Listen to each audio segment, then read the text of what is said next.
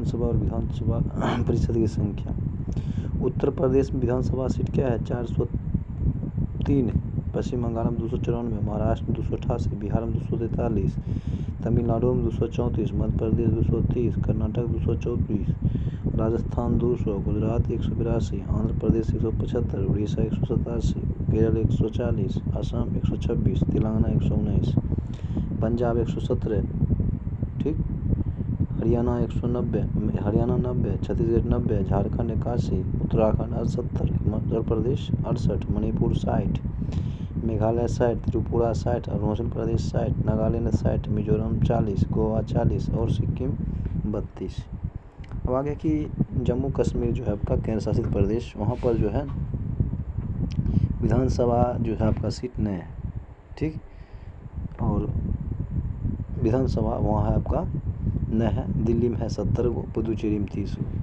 2019 के पहले यानी कि अनुच्छेद 370 के हटने से पूर्व जम्मू कश्मीर राज्य की विधानसभा में सदस्यों की संख्या 114 यानी कि 90 प्लस 24 पाक अधिकृत कश्मीर के लिए था। निर्वाचन संबंधी अधिकार।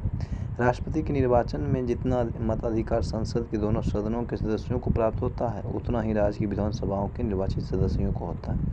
अब आगे कहता है राष्ट्रपति यानी कि महत्वपूर्ण मतलब अधिकारियों के मासिक वेतन। राष्ट्रपति के 5 लाख, उपराष्ट्रपति के 4 लाख, लोकसभा अध्यक्ष के 4 लाख, राज्यपाल के 3.5 लाख, सर्वोच्च न्यायालय या मुख्य न्यायाधीश को 2,80,000, सर्वोच्च न्यायालय के अन्य न्यायाधीश को 2,50,000, ठीक, उच्चतम न्यायालय के मुख्य न्यायाधीश को 2,50,000, उच्च न्यायालय के अन्य न्यायाधीश को 2,25,000, नियंत्रक महालेखा परीक्षक को 2.5 लाख, मुख्य चुनाव आयुक्त को 2.5 लाख और महान्यायवादी का 2.5 लाख। आगे चलते हैं कौन किसको शपथ देता है।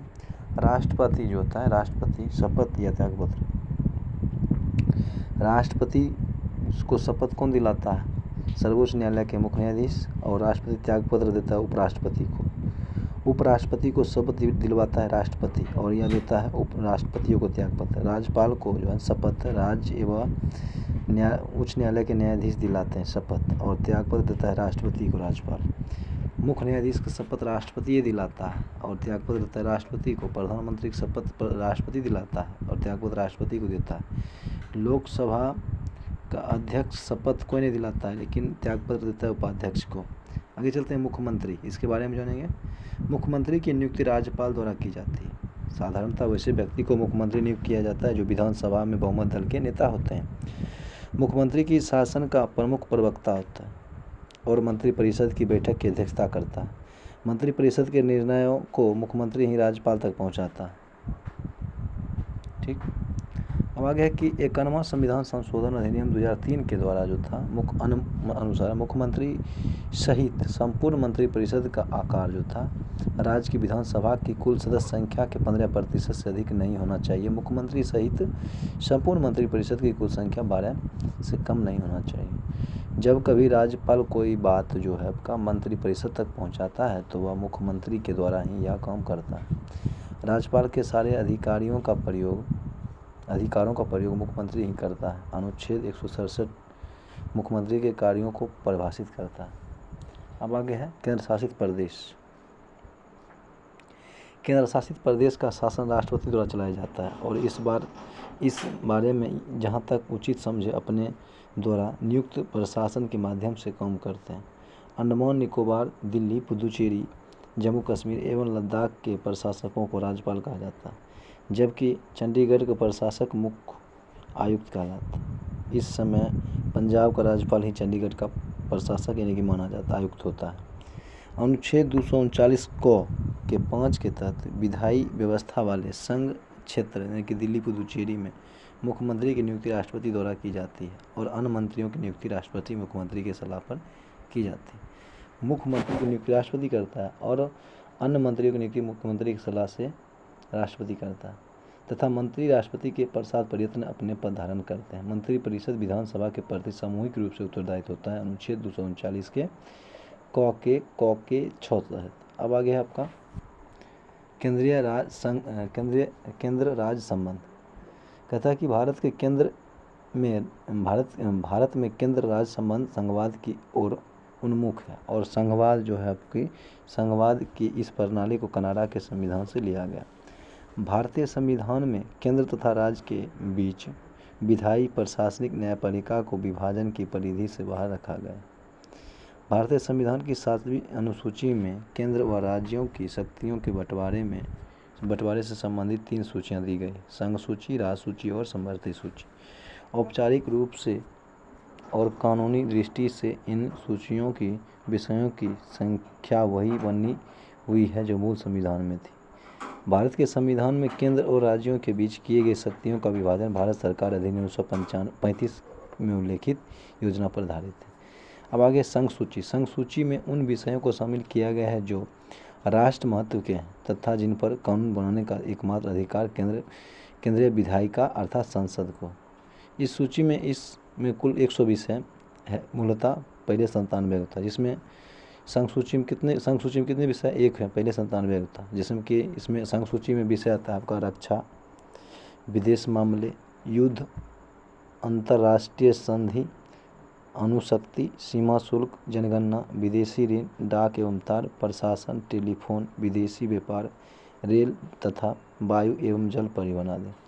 अब आगे राज्य सूची। इसमें उन विषयों को शामिल किया गया है जो अस्थायी महत्व के हैं तथा जिन पर कानून बनने का एकमात्र अधिकार राज्य विधानमंडल को है, लेकिन कुछ विशेष परिस्थितियों में संसद भी कानून बना सकती है। इस सूची में शामिल विषयों की संख्या 61 है, वर्तमान पहले 66 था, ठीक, जिसमें प्रमुख हैं लोक स्वास्थ्य, कृषि, कारागार, भू राजस्व, लोक व्यवस्था, पुलिस, लोक स्वास्थ्य, स्थानीय शासन, क्रिया विक्रिया एवं सिंचाई, सब आते हैं आपके राज्य सूची में, ठीक। समवर्ती सूची। इसमें अभी जो है आपका 52 विषय, पहले 57 था, पहले 47 था, 100 था, एक वर्तमान 197 था पहले, वर्तमान 61 है, राज्य सूची में 66 था, वर्तमान में 52 है, पहले 47 था। अब जान लीजिए इसमें शामिल विषयों पर संसद तथा राज्य विधानमंडल दोनों द्वारा कानून बनाया जाता है और यदि दोनों कानूनों में विरोध है तो संसद द्वारा निर्मित कानून लागू होगा। इसमें इस समय 52 विषय हो गया, जैसे कि राष्ट्रीय जलमार्ग, परिवार नियोजन, जनसंख्या नियंत्रण, समाचार पत्र, कारखाना, शिक्षा, आर्थिक एवं सामाजिक योजनाएं, वन आदि। अब आगे आपका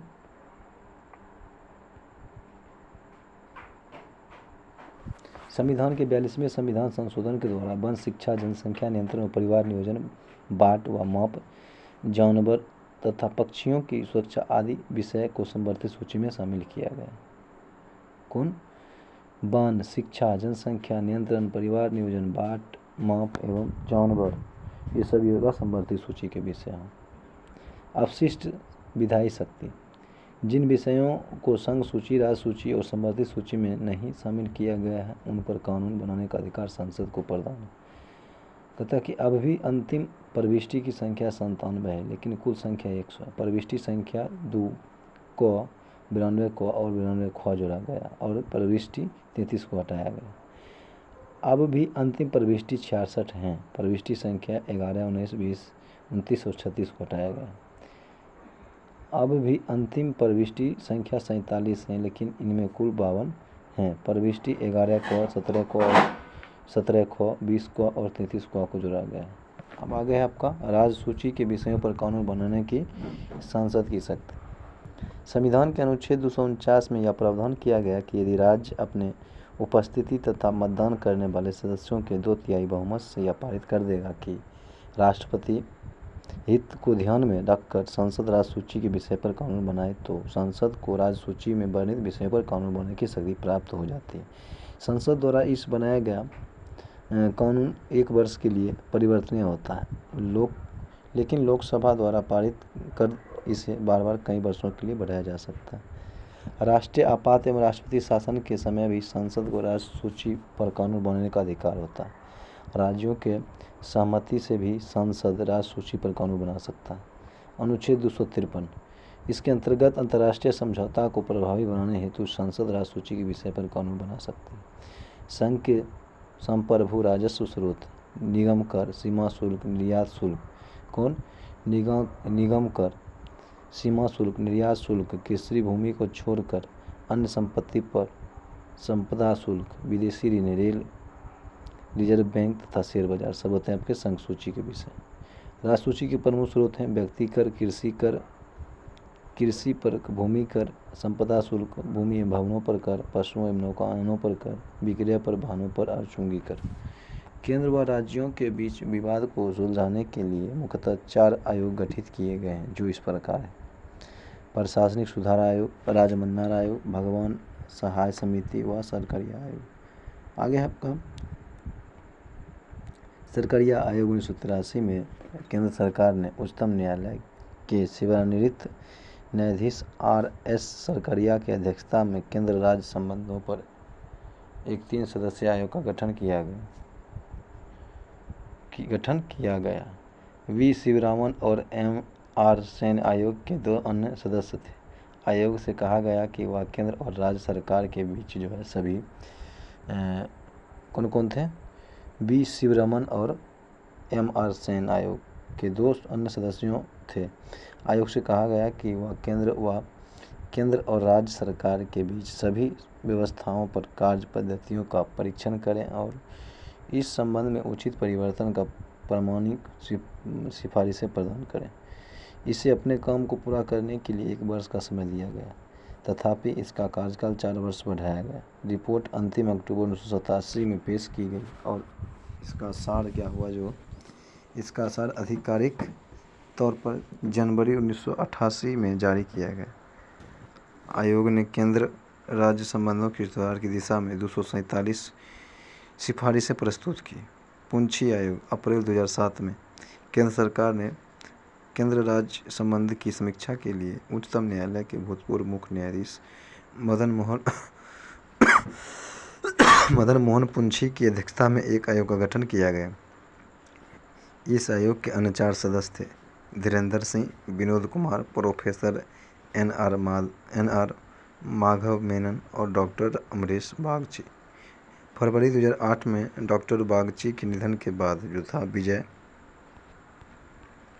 विजय शंकर को आयोग के एक सदस्य के रूप में अक्टूबर 2008 में नामयुक्त किया गया।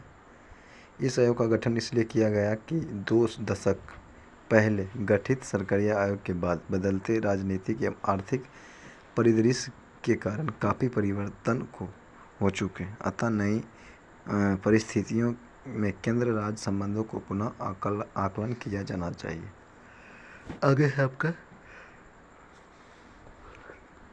केंद्र राज्य संबंध में जुड़े कुछ अनुच्छेद जान लेंगे। अनुच्छेद 247 कुछ अतिरिक्त न्यायालयों की स्थापना को बंद करने की संसद की शक्ति।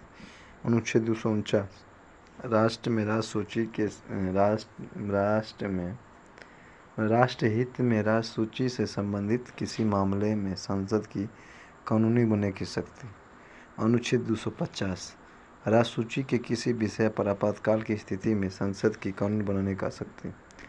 अनुच्छेद 252 2 या 2 से अधिक राज्यों के लिए उनकी सहमति के बाद संसद द्वारा कानून बनाने की शक्ति तथा किसी अन्य राज्य द्वारा इस विधान को अंगीकरण करना। अनुच्छेद 253 संसद को किसी अन्य देश या देश के साथ की गई संधि, करार या अभिसमय अथवा किसी अंतर्राष्ट्रीय सम्मेलन, संगम या अन्य निकाय में किए गए किसी निश्चय के कार्यान्वयन के लिए भारत में पूर्ण राज्य क्षेत्र या उसके किसी भाग के लिए विधि बनाने की शक्ति। अब आगे आपका अनुच्छेद 257 कुछ मामलों में संघ का राज्य के ऊपर नियंत्रण। अब आगे आपका अनुच्छेद 262 अंतर्राज्यीय नदियों अथवा नदी घाटियों के पानी से संबंधित विवादों के संबंध में न्यायिक निर्णय। ठीक। अब आगे अनुच्छेद 268 संघ द्वारा आरोपित किंतु राज्य द्वारा संग्रहित एवं उपयोग किए गए कर। अनुच्छेद 268 के ए संघ द्वारा आरोपित तथा राज्यों द्वारा संग्रहित एवं उसके उपयोग किए गए कर। अनुच्छेद 269 केंद्र द्वारा लगाए गए एवं संग्रहित किए गए किंतु राज्यों को दिए जाने वाला कर।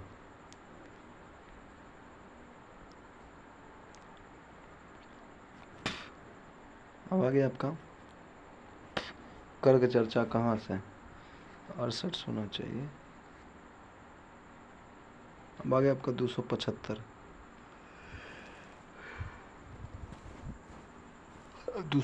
कहता है अनुच्छेद कुछ राज्यों को संघ के अनुदान। अनुच्छेद 283 संचित निधियां, आकस्मिकता निधियां तथा लोक लेखा में जमा धनराशियों की अभिसुरक्षा अनुदान। 283 कहता है कि संचित निधि, आकस्मिकता निधि तथा लोक लेखा में जमा धनराशियों की समय अभिरक्षा। अनुच्छेद 286 वस्तुओं की बिक्री अथवा खरीद पर करारोपण पर प्रतिबंध। अनुच्छेद 287 बिजली पर करों से छूट। अनुच्छेद 289 किसी राज्य की संपत्ति एवं आय का संघीय करारोपण से छूट। अनुच्छेद 290 कुछ व्ययों और पेंशनों के संबंध में समायोजन। अनुच्छेद 292 भारत सरकार द्वारा दिए गए उधार। अनुच्छेद 293 राज्यों द्वारा लिया गया उधार। अंतर्राष्ट्रीय परिषद क्या है? संविधान के अनुच्छेद 263 के अंतर्गत राज्य और केंद्र और राज्यों के बीच शक्तियों समन्वय स्थापित करने के लिए राष्ट्रपति एक अंतर्राष्ट्रीय परिषद का स्थापना करता है। पहली बार जून 1990 में अंतर्राष्ट्रीय परिषद की स्थापना की गई थी, जिसकी पहली बैठक 10 अक्टूबर 1990 को हुई थी। इसमें निम्न सदस्य थे: प्रधानमंत्री एवं उसके द्वारा मनोनीत 6 कैबिनेट स्तर के मंत्री, सभी राज्यों एवं संघ राज्य क्षेत्रों के मुख्यमंत्री एवं संघ राज्य क्षेत्र के प्रशासनिक। अंतर्राज्यीय परिषद की बैठक में 3 बार की जाएगी, जिसकी अध्यक्षता प्रधानमंत्री या उनकी अनुपस्थिति में प्रधानमंत्री द्वारा नियुक्त कैबिनेट स्तर का मंत्री करता है। मंत्री की बैठक के लिए आवश्यक है कि कम से कम 10 सदस्य अवश्य उपस्थित होना चाहिए। अब आगे है आपका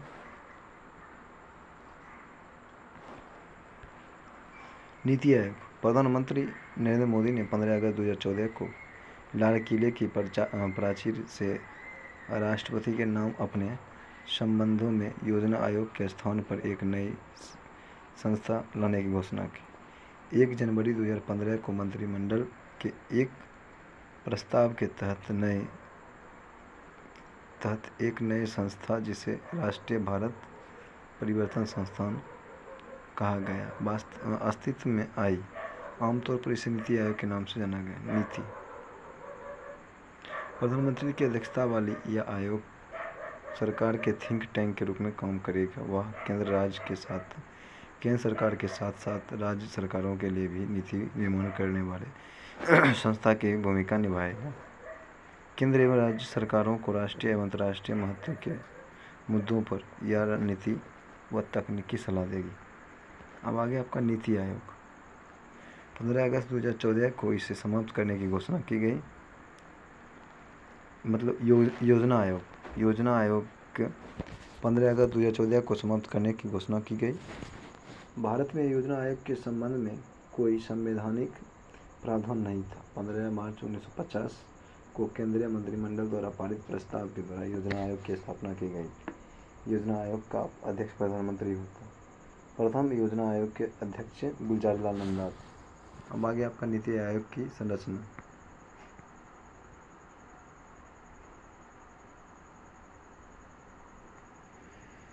अध्यक्ष नरेंद्र मोदी है नीति आयोग के। उपाध्यक्ष राजीव कुमार और पूर्वकालिक सदस्य वी.के. Paul, VK. सारस्वत एवं प्रोफेसर रमेश चंद्र। पदेन सदस्य अमित शाह गृह मंत्री, निर्मला सीतारमण वित्त मंत्री, राजनाथ सिंह रक्षा मंत्री, नरेंद्र सिंह तोमर कृषि मंत्री। विदेश आमंत्रित नितिन गडकरी, पीयूष गोयल, थावर चंद गहलोत आदि। और राव इंद्रजीत सिंह। आगे है अविश्वासी परिषद हो जाएगा आपका कि अन्य सभी सदस्य गृह मंत्री के गृह राज्यों के मुख्यमंत्री तथा केंद्र शासित प्रदेश के उपराज्यपाल होते हैं। मुख्य कार्यकारी अधिकारी अमिताभ कांत। अब वह कहता है कि पंचवर्षीय योजना के भावी स्वरूप आदि के संबंध में यह आयोग सरकार को सलाह देगा। अब नीति आयोग का प्रथम उपाध्यक्ष अरविंद पनगड़िया थे। राष्ट्रीय विकास परिषद योजना के निर्माण में राज्यों का भागीदारी होना चाहिए। इस विचार को स्वीकार करने हेतु सरकार के एक प्रस्ताव द्वारा 6 अगस्त 1952 को राष्ट्रीय विकास परिषद का गठन हुआ। अतः ये न तो संवैधानिक निकाय है और न ही सांविधिक निकाय। प्रधानमंत्री परिषद का अध्यक्ष होता है। योजना आयोग का सचिव ही इसका सचिव होता है। भारतीय संघ के सभी राज्यों के मुख्यमंत्री एवं योजना आयोग के सभी सदस्य इसके पदेन सदस्य होते हैं।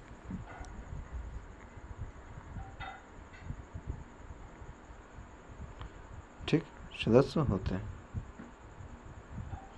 राष्ट्रीय विकास परिषद का मुख्य काम है केंद्र एवं राज्यों और योजनाओं के बीच सेतु का मतलब जोड़ने का तरह काम करना।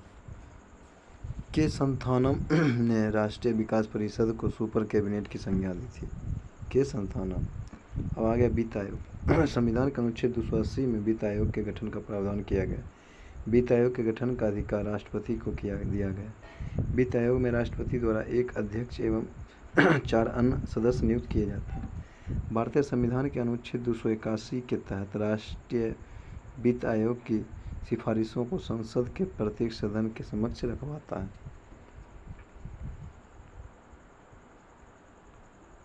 ठीक। राज्य वित्त आयोग का गठन भारतीय संविधान का अनुच्छेद 243 के 1 में किया गया।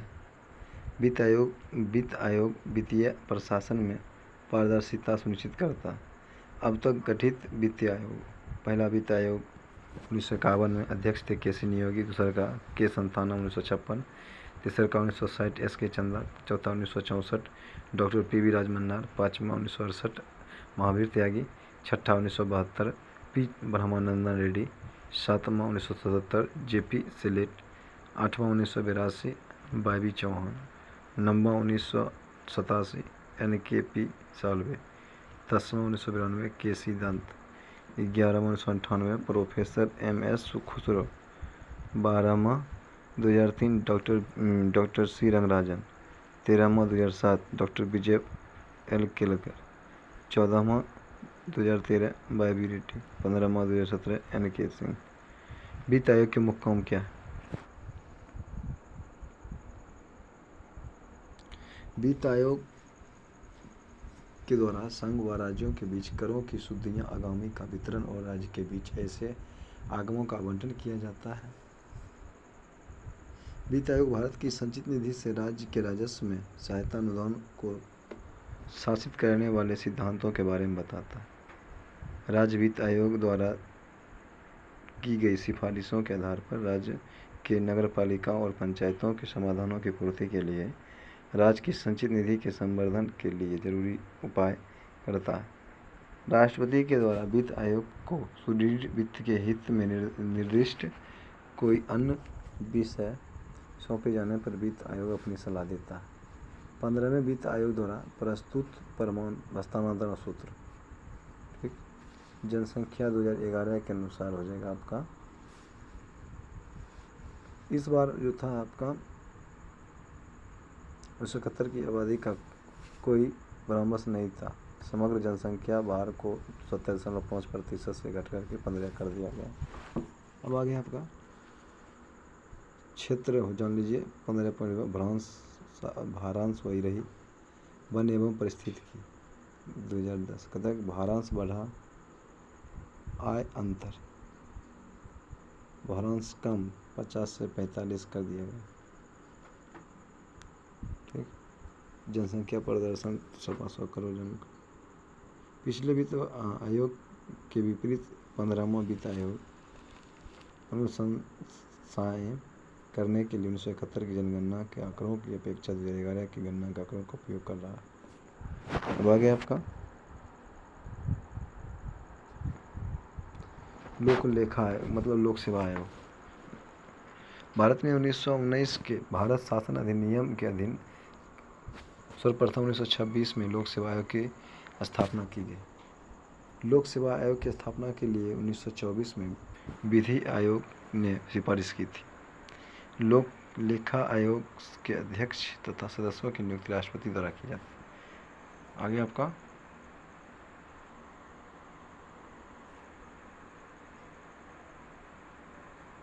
संघ लोक सेवा आयोग के अध्यक्ष तथा सदस्यों की नियुक्ति राष्ट्रपति करता है।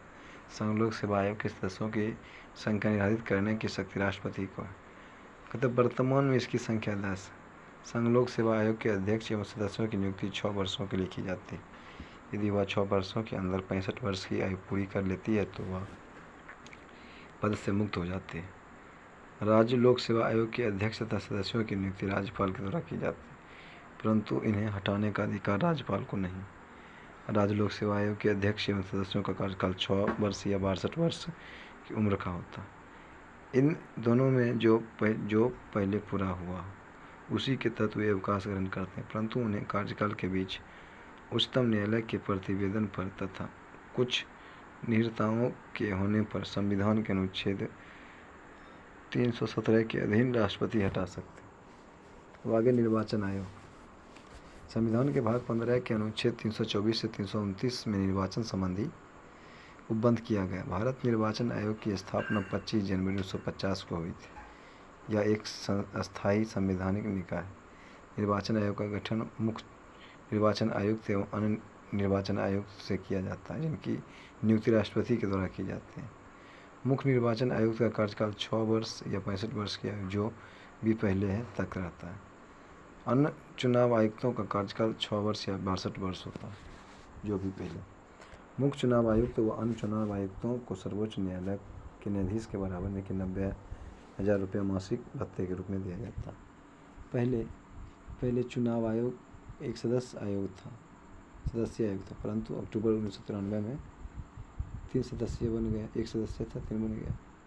निर्वाचन आयोग के मुख्य काम क्या है? चुनाव क्षेत्रों का परिसमन करना, मतदाता सूची को तैयार करना, विभिन्न राजनीतिक दलों को मान्यता प्रदान करना, राजनीतिक दलों को आरक्षित चुनाव चिन्ह प्रदान करना, चुनाव करवाना और राजनीतिक दलों के लिए आचार संहिता तैयार करवाना। निर्वाचन आयोग की स्वतंत्रता के लिए संवैधानिक प्रावधान। निर्वाचन आयोग एक संवैधानिक संस्था है, अर्थात इसका निर्माण संविधान ने किया। मुख्य चुनाव आयुक्त एवं अन्य चुनाव आयुक्तों की नियुक्ति राष्ट्रपति करता है। मुख्य चुनाव आयुक्त को महाभियोग जैसी प्रक्रिया से हटाया जा सकता। मुख्य चुनाव आयुक्त का दर्जा सर्वोच्च न्यायालय के मुख्य न्यायाधीश के समान ही। निर्वाचन आयुक्त के पश्चात मुख्य चुनाव आयुक्त एवं अन्य चुनाव आयुक्तों की सेवा शर्तें में कोई अलाभकारी परिवर्तन नहीं किया जा सकता। मुख्य चुनाव आयुक्त एवं अन्य चुनाव आयुक्तों का वेतन भारत की संचित निधि से दिया जाता है। आगे चलते हैं। Electronic voting machine EVM. Kerala के पारू विधानसभा में 50 बूथों पर Paru electronic voting machine EVM का प्रयोग पहली बार 1982 में किया गया था। नवंबर 1998 में मध्य प्रदेश के 5, राजस्थान के 5 एवं दिल्ली के 6 विधानसभाओं में चुनाव में बड़े पैमाने पर ईवीएम का प्रयोग किया गया। ईवीएम का उपयोग करके 1999 में पूरा चुनाव कराने वाला प्रथम राज्य गोवा था। ईवीएम का प्रयोग करके पहली बार 2004 में संपूर्ण आम चुनाव कराया था गोवा। 2009 में आम चुनाव एवं सभी विधानसभाओं के चुनाव ईवीएम का प्रयोग होने लगा। ईवीएम की विश्वसनीयता कम रखने के लिए वीवीपीएटी यानी कि voter verifiable paper audit teller machine की मदद ली जा रही है। वीवीपीएटी व्यवस्था में के तहत वोट डालने के तुरंत बाद कागज की पर्ची बनती है। इस पर जिस उम्मीदवार को वोट दिया जाता है उसका नाम एवं चुनाव चिन्ह छप जाता है। सबसे पहले इसका इस्तेमाल नागालैंड के चुनाव में 2013 में हुआ था। भारत इलेक्ट्रॉनिक्स लिमिटेड और इलेक्ट्रॉनिक्स कॉरपोरेशन इंडिया लिमिटेड 2013 में बनाए गए थे। अब आगे आपका राष्ट्रीय दल का दर्जा हासिल करने के लिए आवश्यकता शर्त क्या? लोकसभा आम चुनाव अथवा राज्य विधानसभा चुनाव में किन्हीं 4 अथवा अधिक राज्यों में कुल डाले गए वैध मतों का 6%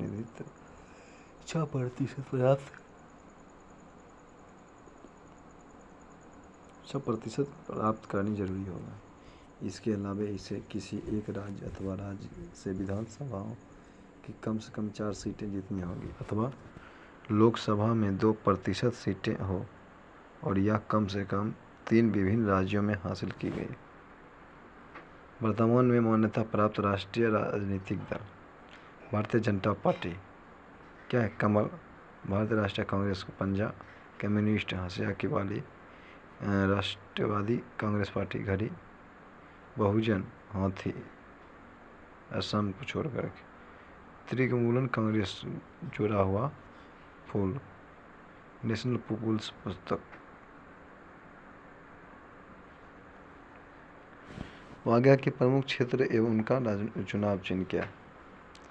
तेलुगु देशम को साइकिल आंध्र प्रदेश, समाजवादी पार्टी एक साइकिल उत्तर प्रदेश, कहता है कि असम गण परिषद हाथी असम, झारखंड मुक्ति मोर्चा का तीर कमान झारखंड, लोजन पार्टी बंगाल बिहार, तेलंगाना राष्ट्र संख्या कार तेलंगाना, पैंथर्स पार्टी का cycle Jammu Kashmir, national conference का हल जम्मू कश्मीर, राष्ट्रीय जनता दल का लालटेन बिहार झारखंड, शिवसेना का तीर कमान Maharashtra, All India Forward Bloc का शेर पश्चिम बंगाल, महाराष्ट्रवादी गोमांतक पार्टी शेर गोवा, सिक्किम संग्राम परिषद का हाथी सिक्किम।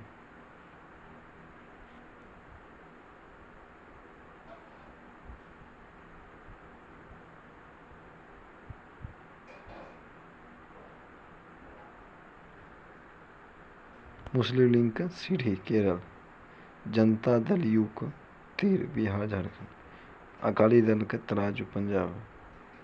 ठीक, नागालैंड पीपुल्स का मुर्गा नागालैंड। आगे चलते हैं।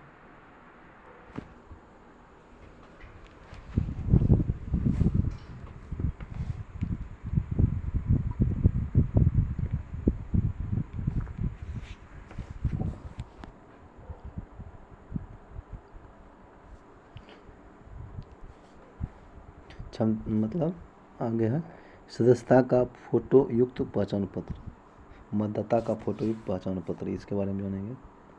निर्वाचन आयोग द्वारा 1993 में चुनाव में जाली मतदान और कुछ मतदाताओं पर नियंत्रण के लिए मतदाता के फोटो युक्त पहचान पत्र का उपयोग किया गया। पंजीकृत मतदाताओं को फोटो युक्त पहचान पत्र जारी करने का अधिकार मतदाता सूची में राज्य समान रूप से प्रति वर्ष इस मतदाता सूची में संविधान संशोधन किया जाता है और नवंबर की पहली तारीख पात्रता तिथि मानी जाती है। ठीक, इस तिथि को वर्ष 18 वर्ष की आयु पूरा करने वाले या इससे अधिक आयु का प्रत्येक भारतीय नागरिक मतदाता सूची में शामिल होने का पात्र होता है और वह इसके लिए आवेदन कर सकता है। एक बार सूची में पंजीकृत हो जाने के बाद यह फोटो युक्त पहचान पत्र प्राप्त करने का पात्र हो जाता है। अब आगे परिसीमन आयोग। ठीक, परिसीमन आयोग, इसके बारे में जानेंगे।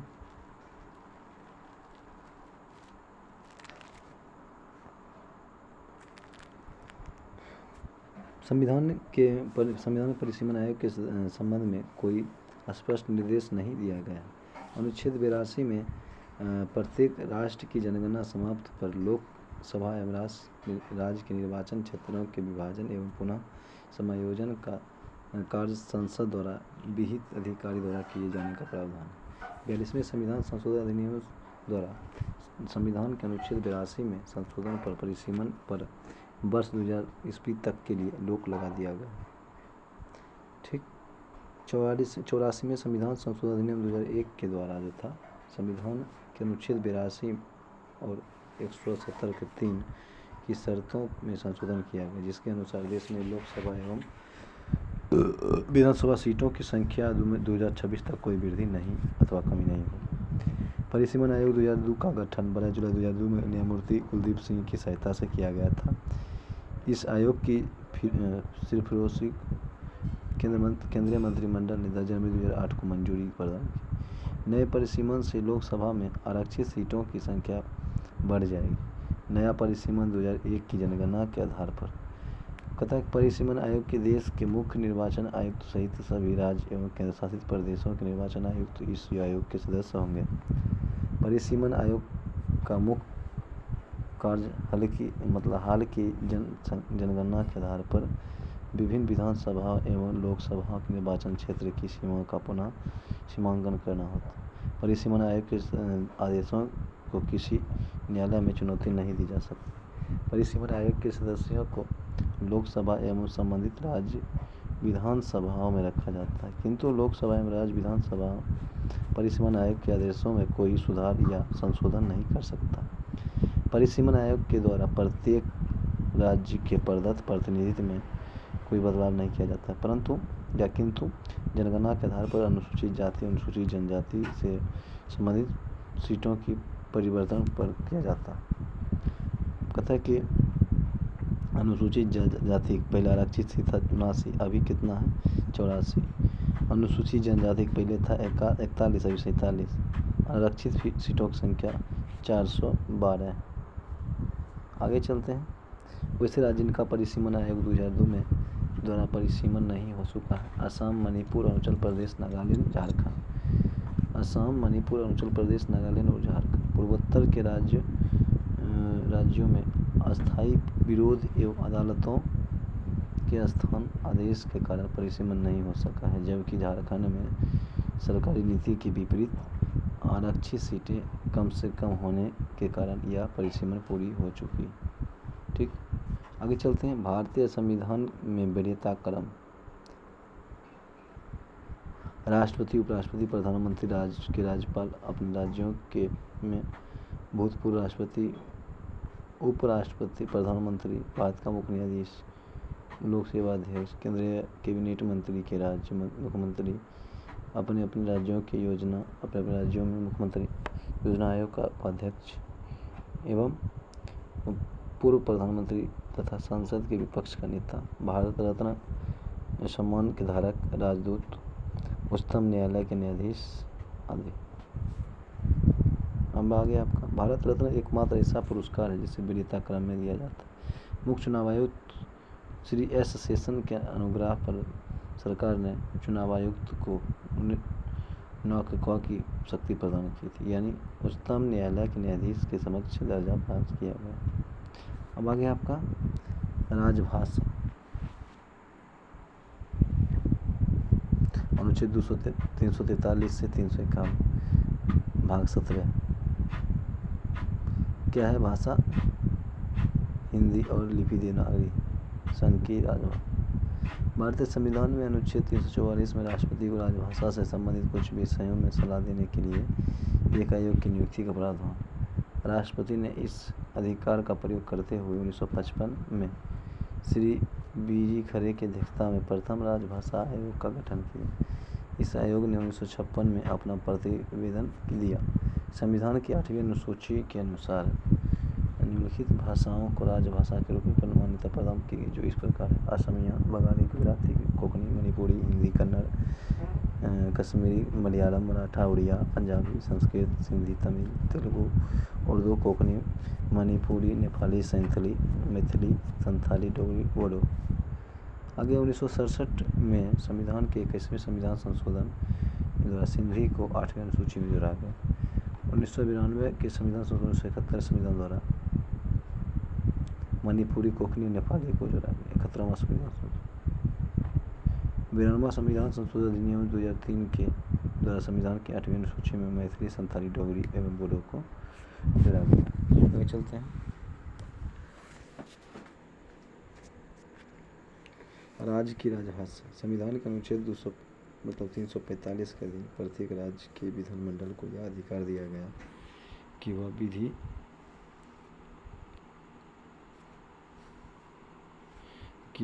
द्वारा राज्य के राजकीय प्रयोजनों में से या किसी के प्रयोग के लिए उस राज्य में प्रयुक्त होने वाली भाषाओं में से किसी एक या अनेक के लिए या हिंदी को संगीतकार कर सकता है, परंतु जब तक राज्य की विधान मंडल जो है विविध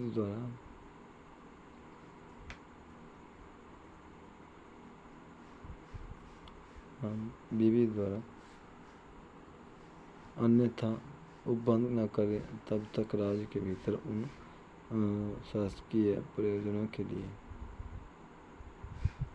अंग्रेजों भाषा का प्रयोग किया जा सकता रहेगा, जिनके लिए उनका